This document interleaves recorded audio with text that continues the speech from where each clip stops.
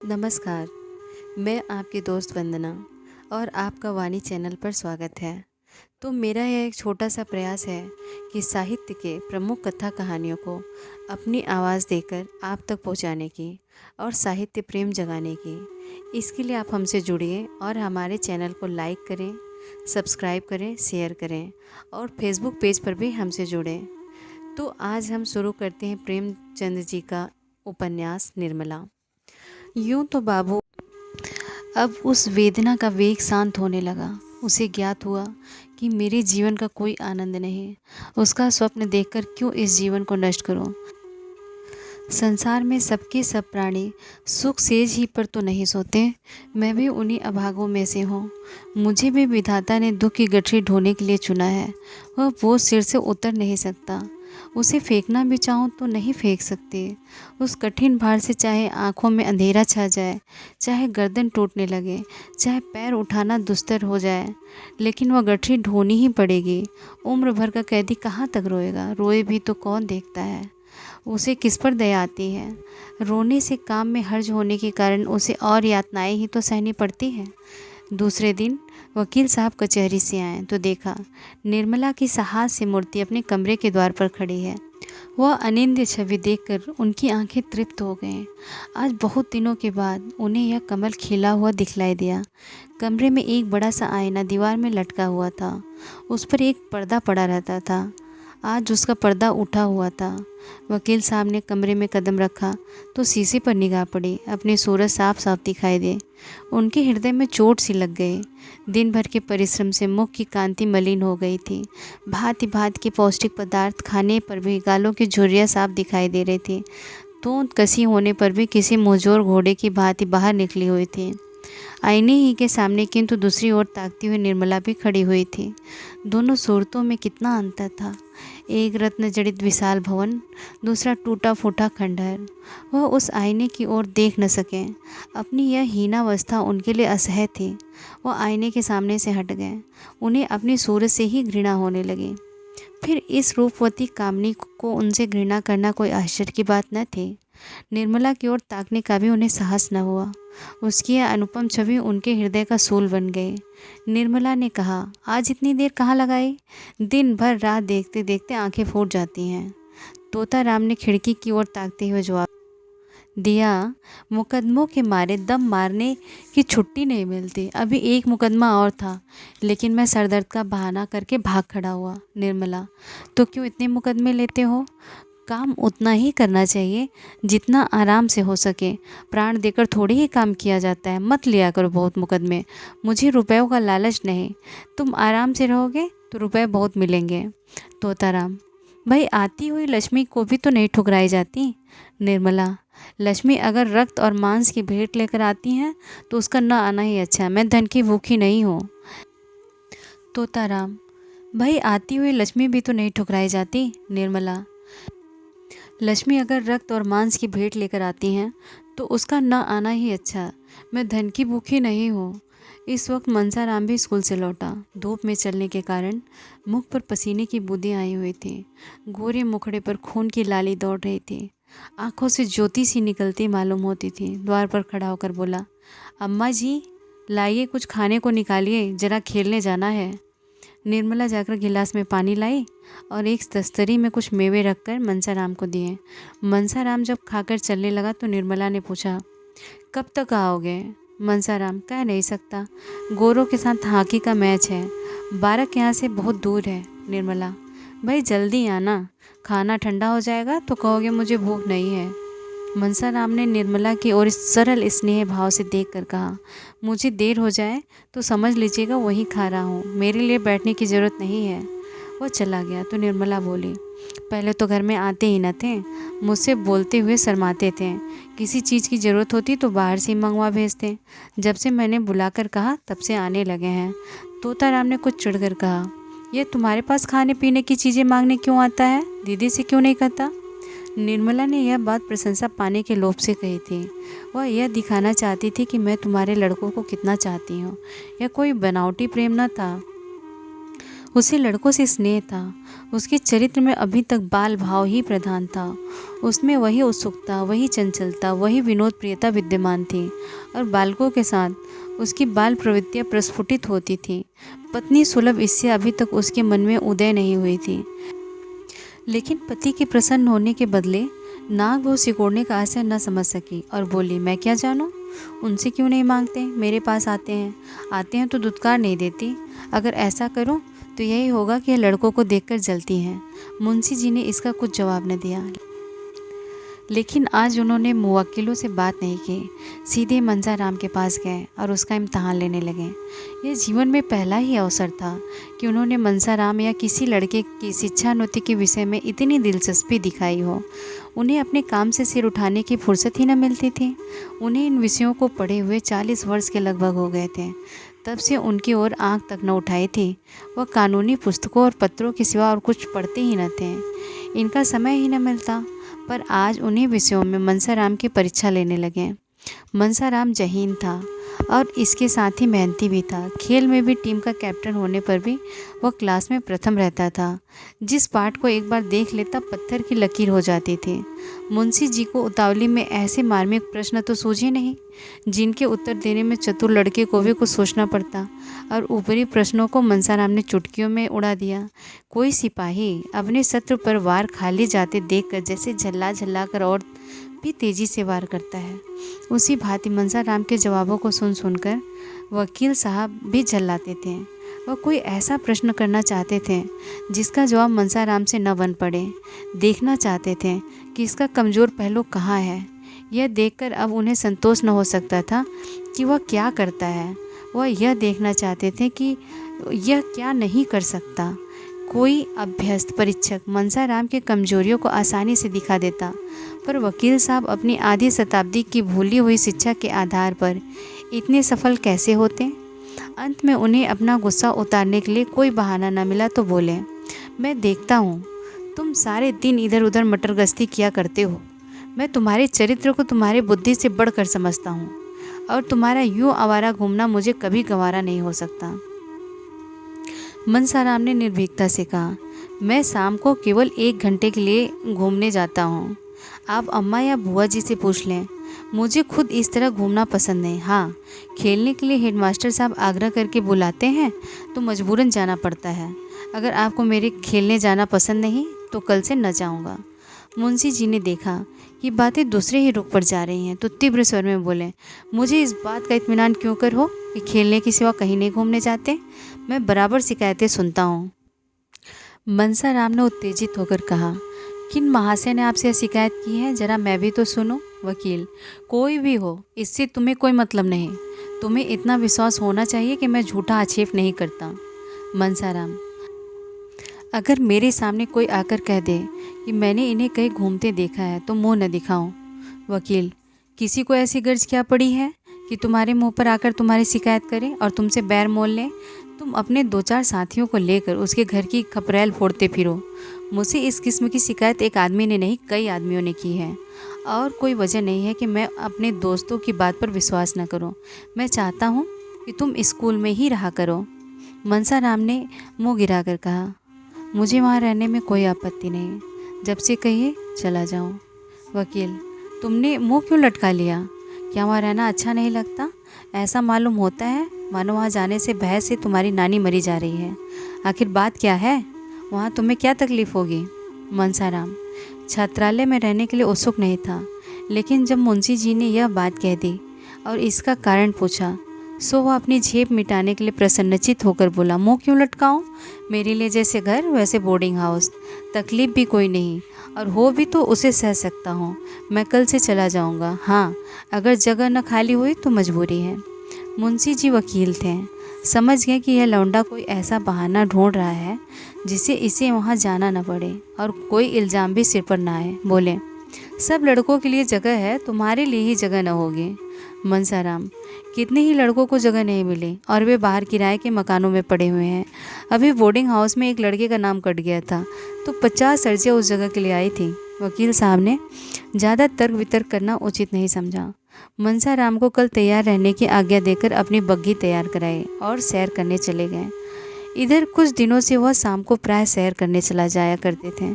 किसी अनुभवी प्राणी ने बतलाया था कि दीर्घ जीवन के लिए इससे बढ़कर कोई मंत्र नहीं है। उनके जाने के बाद मनसाराम आकर रुक्मणी से बोला, बुआ जी, बाबूजी ने मुझे कल से स्कूल में रहने का कहा है। रुक्मणी ने विस्मित होकर पूछा, क्यों? मनसाराम, मैं क्या जानूं, कहने लगे तुम यहाँ आवारों की तरह इधर उधर घुमा फिरा करते हो। रुक्मणी, तूने कहा नहीं कि मैं कहीं नहीं जाता। मनसाराम, कहा क्यों नहीं, मगर वो माने भी। रुक्मणी, तुम्हारी नई अम्मा जी की कृपा होगी और क्या। मनसाराम, नहीं बुआ जी, मुझे उन पर संदेह नहीं, वह बेचारी भूल से भी कभी कुछ नहीं कहती। कोई चीज़ मांगने जाता हूँ तो तुरंत उठाकर दे देती हैं।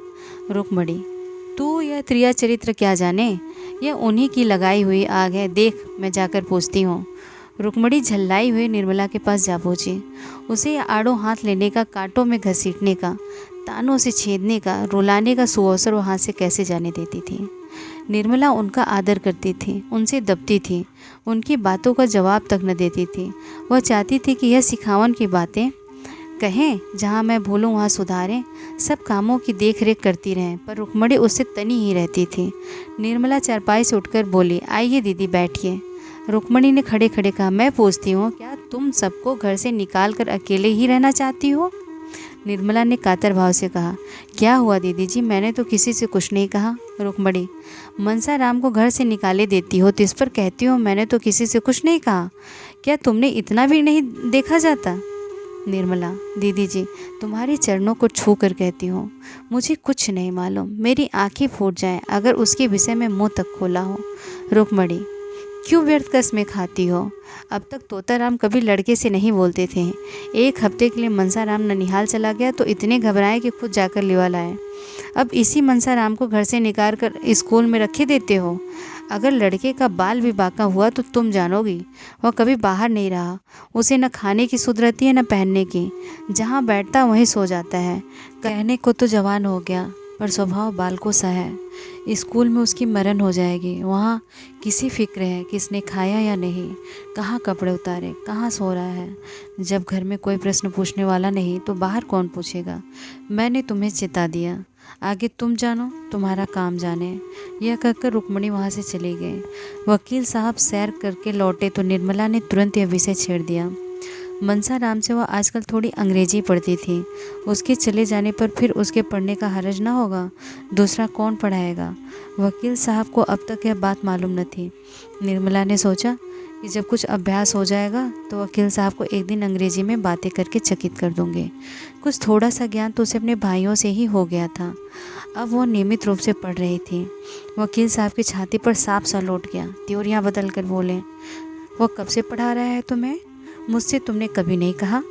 निर्मला ने उनका यह रूप केवल एक बार देखा था, जब उन्होंने सियाराम को मारते मारते बेदम कर दिया था। वही रूप और भी विकराल बनकर आज उसे फिर दिखाई दिया। सहमती हुई बोली, उनके पढ़ने में तो इसे कोई हर्ज नहीं होता।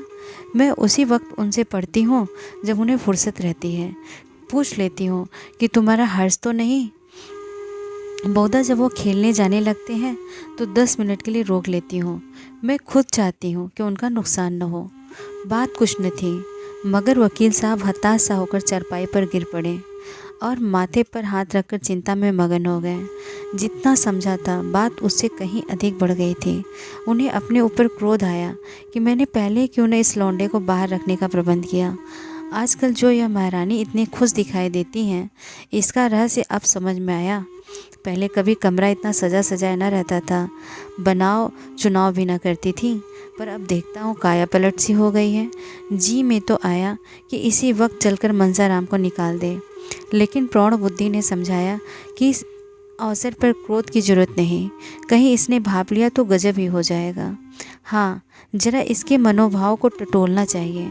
बोले, यह तो मैं जानता हूँ कि तुम्हें 2-4 मिनट पढ़ाने से उसका हर्ज नहीं होता, लेकिन आवारा लड़का है, अपना काम न करने का उसे एक और बहाना मिल जाएगा। कल अगर फेल होगा तो साफ कह देगा, मैं तो दिन भर पढ़ाता रहता था। मैं तुम्हारे लिए कोई मिस नौकर रख दूँगा, कुछ ज़्यादा खर्च न होगा। तुमने मुझसे पहले कहा ही नहीं। वो तुम्हें भला क्या पढ़ाता होगा, 2-4 शब्द बताकर भाग जाता होगा। इस तरह तो तुम्हें कुछ भी नहीं आएगा। निर्मला ने तुरंत इस आक्षेप का खंडन किया। नहीं नहीं, यह बात तो नहीं, वो मुझे दिल लगाकर पढ़ाते हैं और उनकी शैली भी कुछ ऐसी है कि पढ़ने में मन लगता है। आप एक दिन ज़रा उनका समझाना देखिए। मैं तो समझती हूँ कि मिस इतने ध्यान से न पढ़ाएंगे। मुंशी जी अपने प्रश्न कुशलता पर मूँछों पर ताव देते हुए बोले। दिन में एक ही बार पढ़ाता है या कई बार? निर्मला अब भी इन प्रश्नों का आशय न समझी, बोली। पहले तो शाम को ही पढ़ा देते थे, अब कई दिनों से एक बार आकर लिखना भी देख लेते हैं। वह तो कहते हैं कि मैं अपनी क्लास में सबसे अच्छा हूँ। अभी परीक्षा में इन्हीं को प्रथम स्थान मिला था। फिर आप कैसे समझते हैं कि उनका पढ़ने में जी नहीं लगता? मैं इसलिए और भी कहती हूँ कि दीदी समझेंगी इसी ने आग लगाई है। मुफ्त में मुझे ताने सुनने पड़ेंगे। अभी ज़रा ही देर हुई धमका कर गई हैं। मुंशी जी ने दिल में कहा, खूब समझता हूँ, तुम कल की छोकरी होकर मुझे चराने चली, दीदी का सहारा लेकर अपना मतलब पूरा करना चाहती हो। बोले, मैं नहीं समझता बोर्डिंग का नाम सुनकर क्यों लौंडे की नानी मरती है। और लड़के तो खुश होते हैं कि अब अपने दोस्तों में रहेंगे, यह उल्टे रो रहा है। अभी कुछ दिन पहले तक यह दिल लगाकर पढ़ता था। यह उसी मेहनत का नतीजा है कि अपनी क्लास में सबसे अच्छा है। लेकिन इधर कुछ दिनों से सैर सपाटे का चस्का पड़ चला है। अगर अभी से रोकथाम न की गई तो पीछे करते धरते न बन पड़ेगा। तुम्हारे लिए मैं एक मिस रख दूंगा। दूसरे दिन मुंशी जी प्रातःकाल कपड़े लत्ते पहनकर बाहर निकले। दीवान खाने में कई मुवक्किल बैठे हुए थे। उनमें से एक राजा साहब भी थे, जिनसे मुंशी जी को कई हजार सालाना मेहनताना मिलता था। मगर मुंशी जी उन्हें वहीं बैठे छोड़ 10 मिनट में आने का वादा करके बग्घी पर बैठकर स्कूल के हेडमास्टर के यहाँ जा पहुँचे। हेडमास्टर साहब बड़े सज्जन पुरुष थे। वकील साहब का बहुत आदर सत्कार किया, पर उनके यहाँ एक लड़के की भी जगह खाली न थी। सभी कमरे भरे हुए थे। इंस्पेक्टर साहब की कड़ी ताकीद थी कि मुफस्सिल के लड़कों को जगह देकर तब शहर के लड़कों को दी जाए। इसलिए यदि कोई जगह खाली भी हुई तो मंजा राम को जगह न मिल सकेगी, क्योंकि कितने ही बाहरी लड़कों के प्रार्थना पत्र रखे हुए थे। मुंशी जी वकील थे। रात दिन ऐसे प्राणियों से साबका रहता था जो लोग बस असंभव को भी संभव, असाध्य को भी साध्य बना सकते हैं। समझें, शायद कुछ दे दिलाकर काम निकल जाए। दफ्तर क्लर्क से ढंग की बातचीत करनी चाहिए। पर उसने हंसकर कहा, मुंशी जी यह कचहरी नहीं, स्कूल है। हेडमास्टर साहब के कानों में इसकी भनक भी पड़ गई तो जामे से बाहर हो जाएंगे। मंसा राम को खड़े खड़े निकाल देंगे। संभव है अफसरों से शिकायत कर दें। बेचारे मुंशी जी अपना समूह लेकर रह गए। 10 बजते बजते झुंझलाए हुए घर लौटे। मंसा राम उसी वक्त घर से स्कूल जाने को निकला। मुंशी जी ने कठोर नेत्रों से उसे देखा, मानो वह उनका शत्रु हो, और घर में चले गए। इसके बाद 10-12 दिनों तक वकील साहब का यही नियम रहा। कभी सुबह कभी शाम किसी न किसी स्कूल के हेडमास्टर से मिलते और मंसा राम को बोर्डिंग हाउस में दाखिल करने की चेष्टा करते, पर किसी स्कूल में जगह न मिले। सभी जगहों का कोरा जवाब मिल गया। अब 2 ही उपाय था, या तो मंसा राम को अलग किराए के मकान में रख दिया जाए या किसी दूसरे स्कूल में भर्ती करा दिया जाए। ये दोनों बातें आसान थीं। मुफस्सिल के स्कूलों में जगह अक्सर खाली रहती थी, लेकिन अब मुंशी जी का संकित हृदय कुछ शांत हो गया था। उस दिन से उन्होंने मंसा राम को कभी घर में जाते न देखा, यहाँ तक कि अब वो खेलने भी न जाता था। स्कूल जाने के पहले और आने के बाद बराबर अपने कमरे में बैठा रहता।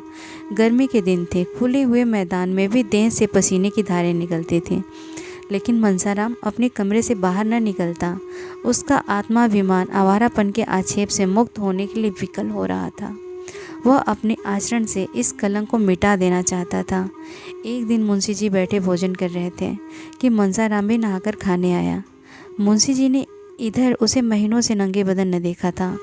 आज उस पर निगाह पड़ी तो होश उड़ गए। हड्डियों का ढांचा सामने खड़ा था। मुख पर अब भी ब्रह्मचर्य का तेज था, पर देह घुलकर काटा हो गई थी।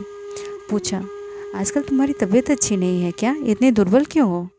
मंसा राम ने धोती ओढ़कर कहा, तबीयत तो बिल्कुल अच्छी है। मुंशी जी, फिर इतने दुर्बल क्यों हो? मंसा राम, दुर्बल तो नहीं हूँ, मैं इससे ज़्यादा मोटा कब था? मुंशी जी, वाह, आधी भी देह नहीं रही और कहते हो मैं दुर्बल नहीं हूँ। क्यों दीदी, यह ऐसा ही था? रुक्मणी आंगन में खड़ी तुलसी को जल चढ़ा रही थी। बोले, दुबला क्यों होगा, अब तो बहुत अच्छी तरह लालन पालन हो रहा है। मैं गंवारिन थी, लड़कों को खिलाना पिलाना नहीं जानती थी, खोमचा खिला खिला कर इनकी आदत बिगाड़ देती थी।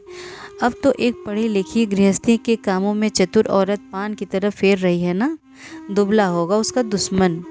मुंशी जी, दीदी तुम बड़ा अन्याय करती हो। तुमसे किसने कहा कि लड़कों को बिगाड़ रही हो? जो काम दूसरों के किए न हो सके वह तुम्हें खुद करने चाहिए। यह नहीं कि घर से कोई नाता न रखो। जो अभी खुद लड़की है वह लड़कों की देख रेख क्या करेगी, यह तुम्हारा काम है। रुक्मणी, जब तक अपना समझती थी करती थी, जब तुमने गैर समझ लिया तो मुझे क्या पड़ी है कि मैं तुम्हारे गले से चिपटूं? पूछो कै दिन से दूध नहीं पिया है। जाके कमरे में देखा और नाश्ते के लिए जो मिठाई भेजी गई थी वह पड़ी सड़ रही है। मालकिन समझती हैं मैंने तो खाने का सामान रख दिया, कोई न खाए तो क्या मैं मुंह में डाल दूं? तो भैया इस तरह वे लड़के पलते होंगे जिन्होंने कभी लाड़ प्यार का सुख नहीं देखा। तुम्हारे लड़के बराबर पान की तरफ फेरे जाते रहे हैं, अब अनाथों की तरह रहकर सुखी नहीं रह सकते।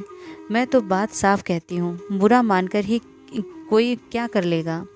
उस पर सुनती हूँ कि लड़के को स्कूल में रखने का प्रबंध कर रहे हो। बेचारे को घर में आने तक की मनाही है, मेरे पास आते भी डरता है, और मेरे पास रखा ही क्या है जो इसे खिला दूंगी। इतने में मनसाराम 2 फुलके खाकर उठ खड़ा हुआ। मुंशी जी ने पूछा, क्या तुम खा चुके? अभी बैठे 1 मिनट से ज़्यादा नहीं हुआ, तुमने खाया क्या? 2 ही फुलके तो लिए थे। मनसाराम ने संकुचाते हुए कहा, दाल और तरकारी भी तो थी। ज़्यादा खा जाता हूँ तो गला जलने लगता है, खट्टी डकारें आने लगती हैं। मुंशी जी भोजन करके उठे तो बहुत चिंतित थे। अगर यूं ही दुबला होता गया तो उसे कोई भयंकर रोग पकड़ लेगा। उन्हें रुक्मणी पर इस समय बहुत क्रोध आ रहा था। उन्हें यही जलन है कि मैं घर की मालकिन नहीं हूँ। यह नहीं समझती कि मुझे घर की मालकिन बनने का क्या अधिकार है। जिसे रुपए का हिसाब तक नहीं आता वह घर की स्वामिनी कैसे हो सकती है? बनी तो थी साल भर तक मालकिन, 1 पाई की बचत न होती थी। इस आमदनी में रूप कला 200-250 रुपये बचा लेती थी। इनके राज में वही आमदनी खर्च को भी पूरी न पड़ती थी। कोई बात नहीं, लाड प्यार ने इन लड़कों को चौपट कर दिया। इतने बड़े बड़े लड़कों को इसकी क्या ज़रूरत कि जब कोई खिलाए तो खाएं। इन्हें तो खुद अपनी फिक्र करनी चाहिए। मुंशी जी दिन भर इसी उधेड़ बुन में पड़े रहे। 2-4 मित्रों से भी जिक्र किया। लोगों ने कहा कि उसके खेल कूद में बाधा न डालिए, अभी से उसे कैद न कीजिए।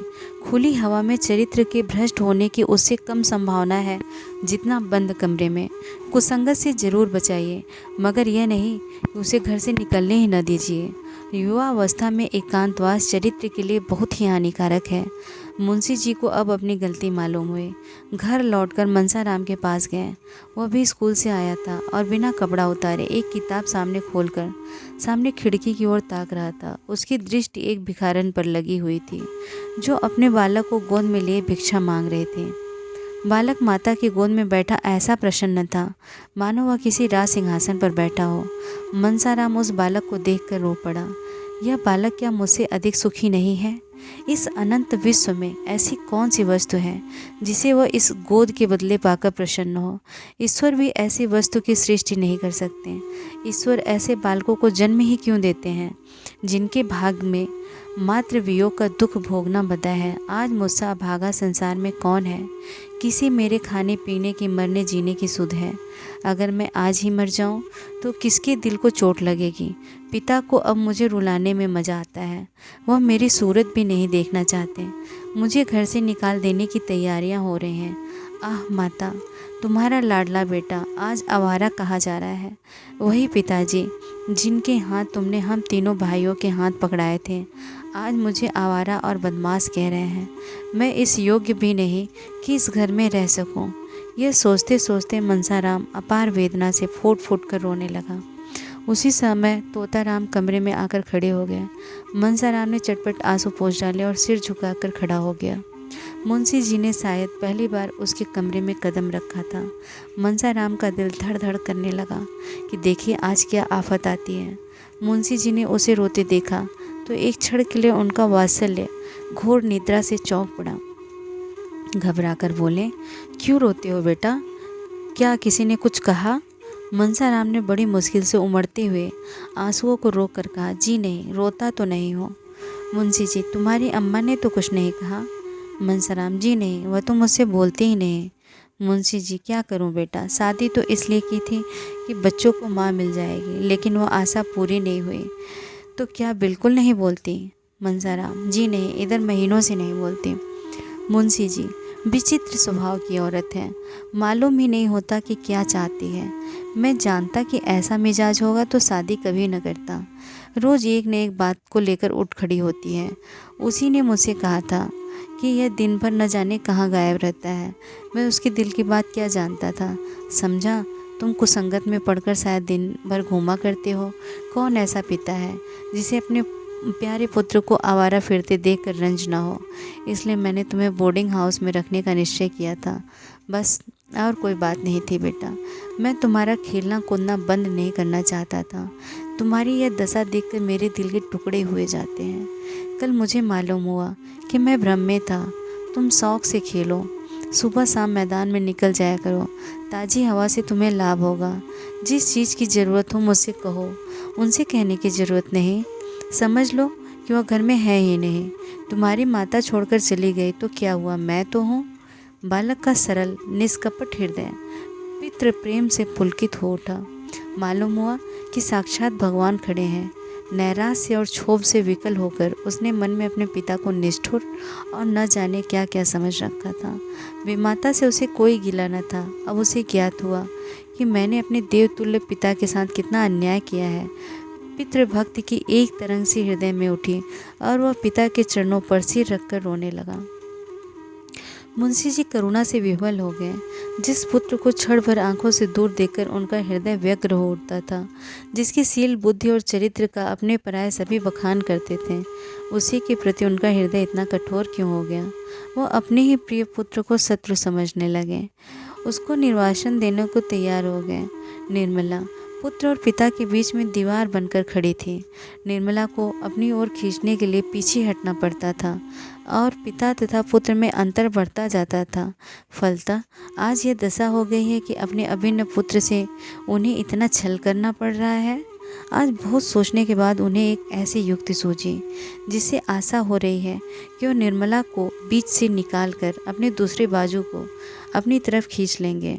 उन्होंने उस युक्ति का आरंभ भी कर दिया है, लेकिन उसमें अभिष्ट सिद्ध होगा या नहीं, इसे कौन जानता है। जिस दिन तोताराम ने निर्मला को बहुत मिन्नत समाजत करने पर भी मनसाराम को बोर्डिंग हाउस में भेजने का निश्चय किया था, उसी दिन से उसने मनसाराम से पढ़ना छोड़ दिया। यहाँ तक कि बोलती भी न थी। उसे स्वामी की इस अविश्वासपूर्ण तत्परता का कुछ कुछ आभास हो गया था। ओहो, इतना सख्ती मिजाज! ईश्वर की इस घर की लाज रखे। इनके मन में ऐसी ऐसी दुर्भावनाएं भरी हुई हैं।